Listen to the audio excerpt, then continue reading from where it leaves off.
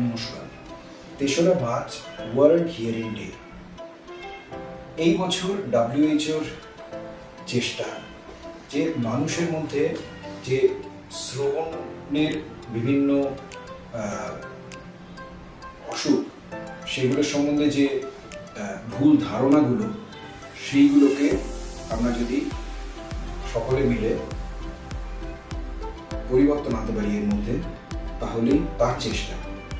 যেমন ধরুন, অনেক সময় বাচ্চা যদি কম শোনে, ছোটবেলায় 1 বছরের বা কমের বাচ্চা কানে শুনছে না, তার ভাষা তৈরি হচ্ছে না, তখন লোকের ধারণা যে না, আমরা অপেক্ষা করলেই বাচ্চা কথা বলবে। এটাই সম্পূর্ণ ভুল।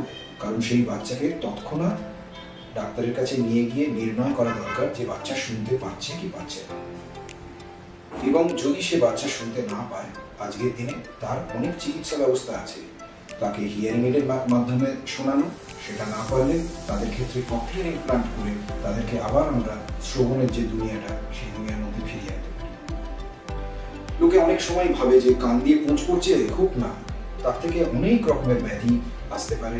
তাদের ব্রেন অ্যাবসেস হতে পারে, তাদের মুখ বিকৃতি হতে পারে, এবং তার সাথে সাথে তাদের শ্রবণ শক্তিও কম হয়ে যায়।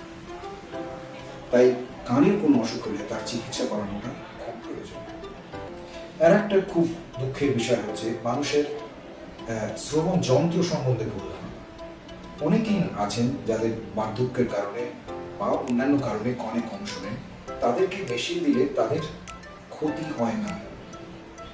বা শ্রবণ যন্ত্র বা হিয়ারিং এড বলে যেটা আমরা জানি, সেটি লোককে সাহায্য করার জন্য। যেমন চশমা দেখতে পায়, চশমায় চোখ সারে না কিন্তু দেখতে সুবিধা হয়, তেমনি মেশিনে কান সারে না কিন্তু শুনতে সুবিধা হয়।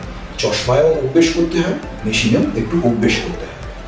এবং মেশিনের ব্রেনের ওপর কোনো খারাপ এফেক্ট নেই, এবং মেশিন পড়লে কান খারাপ হয় না। যেমন চশমা পড়লে চোখ খারাপ হয় না, কিন্তু চশমা কিন্তু পাওয়ার বদলাতে হয়। তো হিয়ারিং এড যাদের শুনতে পাচ্ছে না তাদের হিয়ারিং এড দেওয়া ভালো।